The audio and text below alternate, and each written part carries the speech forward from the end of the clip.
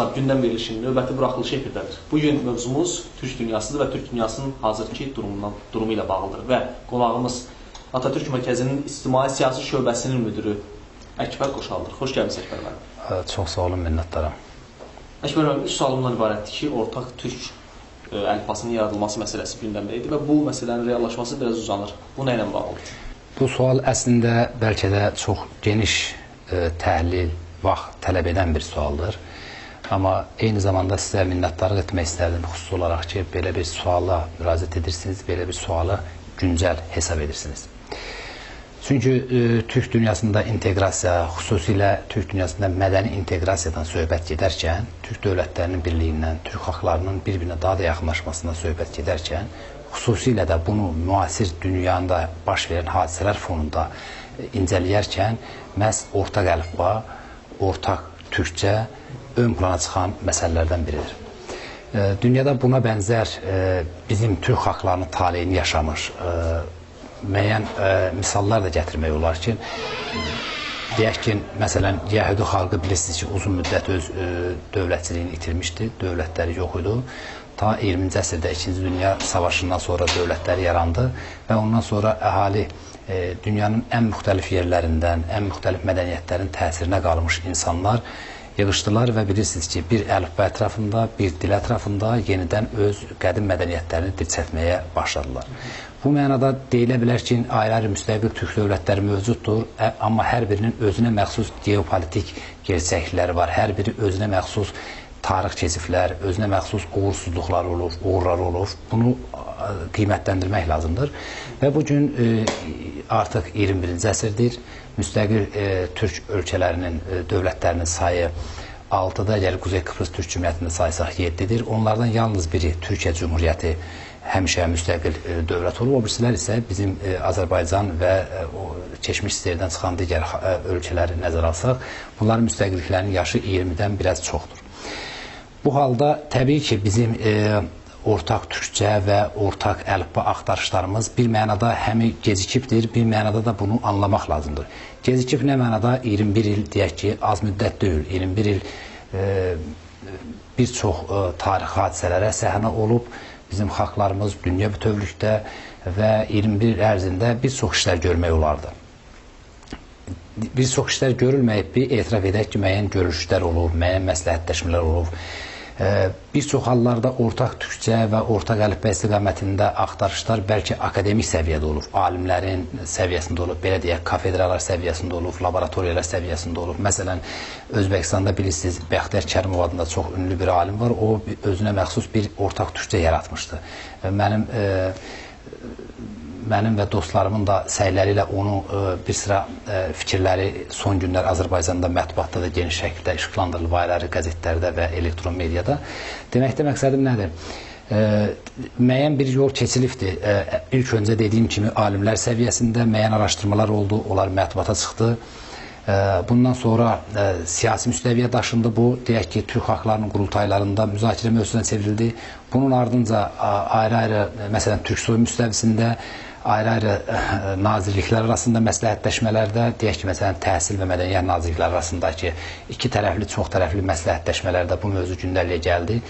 Milli Elmlər Akademiyaları səviyyəsində və nəhayət bu il Azərbaycan Prezidentinin Azərbaycan dilinin qloballaşan dünyada qorunması və inkişafı ilə bağlı məlum sərəncamında bilirsiniz ki, sizin verdiyiniz bu sual istiqamətində də müəyyən məsələlər ehtiva olundu. Mən hesab edirəm ki, bu bir türk dövlətinin başçısının timsalında bu məsələyə ən yüksək səviyyədə münasibətin təzahürü idi, təcəllası idi və arzu edərdik ki, digər türk dövlətləri, xüsusilə bizimlə belə deyək müstəqillikləri yaşlı olan türk dövlətləri də bu istiqamətdə konkret addımlar atsın. Mən hesab eləmirəm ki, biz çox ləngimişik, çox gecikmişik, amma hesab edirəm ki, sürəti bir qədər artırmaq lazımdır. Çünki bəlkə də kimlərsə, nələrsə gözləyir, amma tarix heç gözləmir.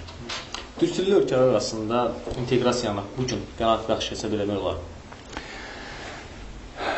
Burada da qeyd etməliyik ki, bir sıra qurumlar yaranıb, bir sıra təsisatlar artıq fəaliyyət göstərir. Məsələn, TÜRKBAN-ı qeyd edə bilərik. Türk dövlət başçılarının zirvə görüşlərinin daimi katiblik barədə qəbul etdiyi qərarı, xüsusilə Naxçıvanda keçirilmiş tarixi görüş və qəbul edilmiş qərarları, ortaq türk bayrağının belə demək mümkünsə məlum türk dövlət arasında razılaşdırma nəticəsində əldə edilmiş demək bir formulu ki var. Həmin bayrağın qəbul edilməsi, ha belə Türk soyun adını bir qədər öncə çəkdik.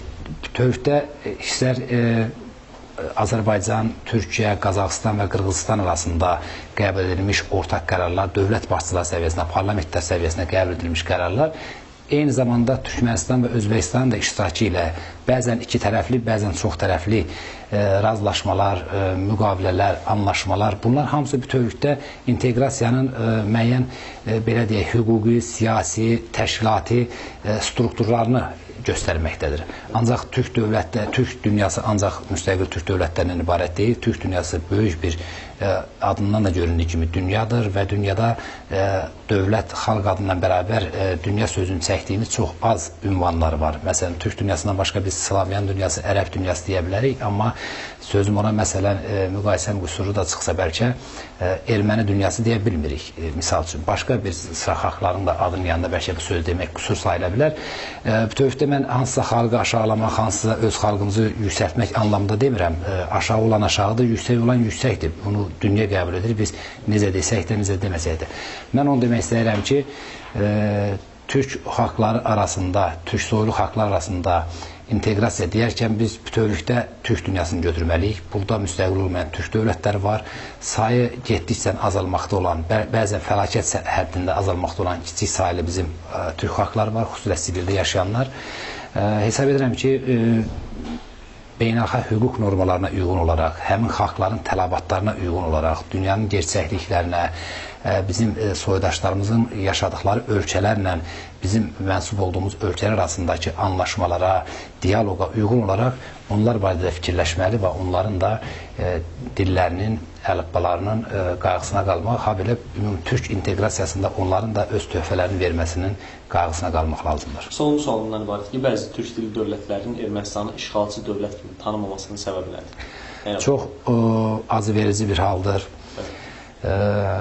İndiyə qədər bizə dəstək duran bütün dövlətlərə buradan sizin efirdən təşəkkür edərkən öz qardaşlarımızın bəzən bizim problemlərimizə çox yad bir problem kimi biganə yanaşmasını təəssüf hissinə qeyd etməliyik. Mən hesab edirəm ki, ilk növbədə bizim qardaş cümhuriyyətlərin xalqları öz hökumətlərindən bu barədə soruşmalıdırlar. Öz vətəndaş cəmiyyəti təsisatlarının belə deyək, misalında, timsalında onlar sual verməlidir öz hökumətlərinə ki, Azərbaycanın bir nömrəli probleminə bu sayğısızlıq nədən irəlidir? Bununla bərabər təqdir olunması cəhətlər də var. Məsələn, xüsusilə deyək ki, qardaş Türkiyə Cümhuriyyətinin Azərbaycanla həmişə eyni nöqtəyə vurduğu məqamları qeyd etməliyik. Siyasətinin Azərbaycanın ərazi bütövlüyünü dəstəkləyən bir siyasət olduğunu qeyd etməliyik və işğalçı dövlətə qarşı bütün beynəlxalq təşkilatlarda izlədiyi siyasəti qeyd etməliyik. Özbəkistanın xüsusilə son illərdə Azərbaycanın siyasətinə verdiyi dəstəyi qeyd etməliyik. Təəssüf doğuran məqamlar üzərində bəlkə də çox dayanmaq bir o qədər də düzgün deyil. Amma hesab edirəm ki, həqiqət gün üzü kimi hər birimizə aydındır. Bizim təmənnamız nədir? Azərbaycan öz qardaşlarının probleminə heç zaman biganə olmayıb. Dünyanın hər hansı bir yerində yaşamasından asılı olmayaraq, nəinki Türk insanının bütövlükdə hər hansı bir insana qarşı ədalətsizliyə gücümüzün çatdığı qədər, səsimizin çatdığı qədər münasibətsiz qalmamışıq. Biz arzu edərdik ki, Azərbaycana münasibətdə də adekvat münasibət özünü göstərsin və hesab edirəm ki, bu həmin xalqların tarixi keçmişinə, həm gələcəyinə münasibət kimi təzərrüat tapmalıdır, həm də haqqa, ədalətə xidmət edən bir akt olardı.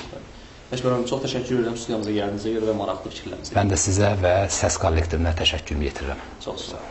Hörmətli tamaşaçılar, xatırladım ki, gündəm verilişinin bugünkü qonağı Atatürk Mərkəzinin İctimai Siyasi Şöbəsinin müdürü Əkbər Qoşaliyev və biz Əkbər müəllimlə Türk dünyasının hazırki mövcud durumu ilə bağlı söhbət etdik. Sağ olun.